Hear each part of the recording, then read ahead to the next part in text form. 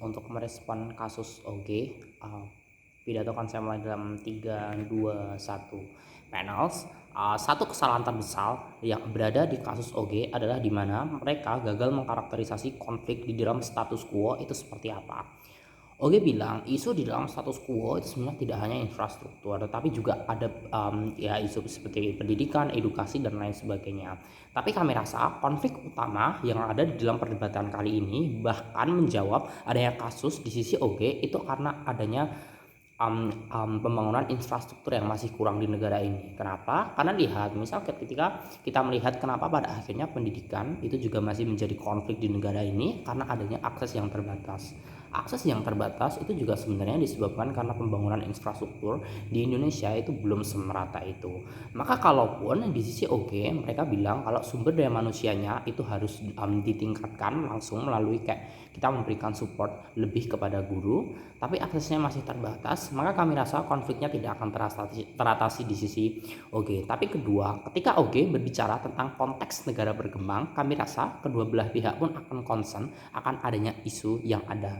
Tapi kami rasa isu yang paling besar paling besar efeknya di masyarakat itulah yang menjadi poin perdebatan kali ini, sehingga kami akan membahas tentang bagaimana serentan apa dan sebesar apa efek adanya pembangunan infrastruktur di dalam negara ini. Tapi ketika kita bermain di kasus OG, ketika kita membahas adanya ekonomi yang terbatas misalnya, kami rasa negara maju pun dipikir-pikir juga memiliki hutang dengan negara-negara lain. Misal ketika kita ambil contoh US misalnya, mereka punya hutang. Tapi apakah itu hal yang buruk? Enggak, itu hal yang bagus. Buktinya US pun akan tetap menjadi negara maju, bukan? Kenapa? Karena satu, di sisi lain mereka itu ingin membangun adanya produktivitas di sisi mereka, sehingga mereka akan mendorong adanya aktor-aktor yang ada di negara US itu untuk tetap produktif dengan adanya yang ya gimana caranya biar masyarakat di sana ataupun pemerintah di sana itu tetap produktif untuk melakukan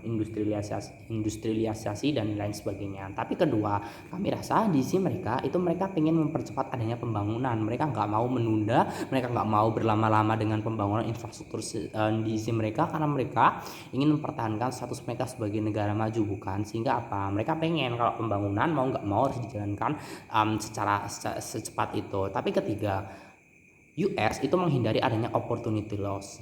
Sehingga apa? Konteksnya adalah mereka nggak pengen kehilangan momen, kehilangan peluang, sehingga mereka gagal untuk mencapai adanya pembangunan infrastruktur di sisi mereka. Sehingga terkadang mereka pun juga memerlukan hutang, dan itu nggak buruk di sisi mereka. Sehingga memang jangan beli kasus OG karena itu nggak relevan sama sekali. Maka 3 poin yang akan kami paparkan sebagai OO1. Sebenarnya konflik yang terjadi itu seperti apa? Harusnya yang diperdebatkan dalam perdebatan ini adalah tentang siapa yang paling diuntungkan, siapa yang paling dikorbankan, dan siapa yang seharusnya memutuskan adanya perdebatan kali ini. Kami rasa keterbatasan dalam negara berkembang itu adalah tentang banyaknya isu dalam negara ini dan manakah yang harus diselesaikan sesegera mungkin untuk nggak berada di dalam stagnansi negara berkembang. Karena kami rasa kedua belah tim pun akan tetap setuju kalau di dalam negara Indonesia itu nggak mau bertahan dalam stagnansi negara berkembang, tapi bagaimana mekanisme penekanan mana yang harusnya lebih ditekankan.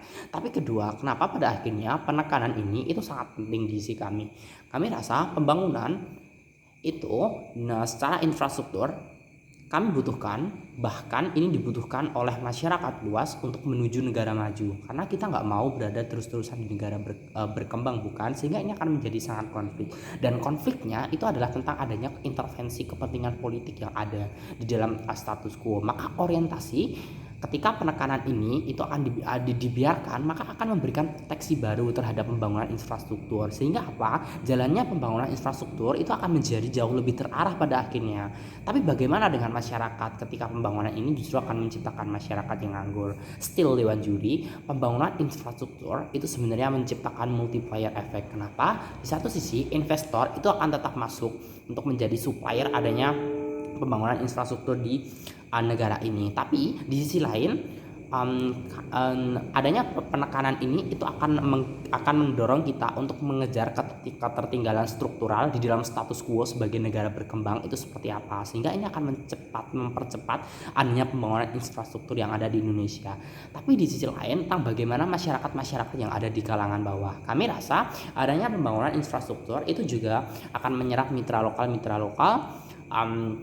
bahkan seperti banyaknya masyarakat yang berada di kalangan menengah ke bawah pun juga akan tetap mendapatkan kesempatan yang sama untuk diikut sertakan, sehingga mereka akan tetap berpartisipasi, sehingga mereka juga nggak akan nganggur pada akhirnya. Maka pembangunan infrastruktur itu juga akan melibatkan banyak masyarakat pada akhirnya.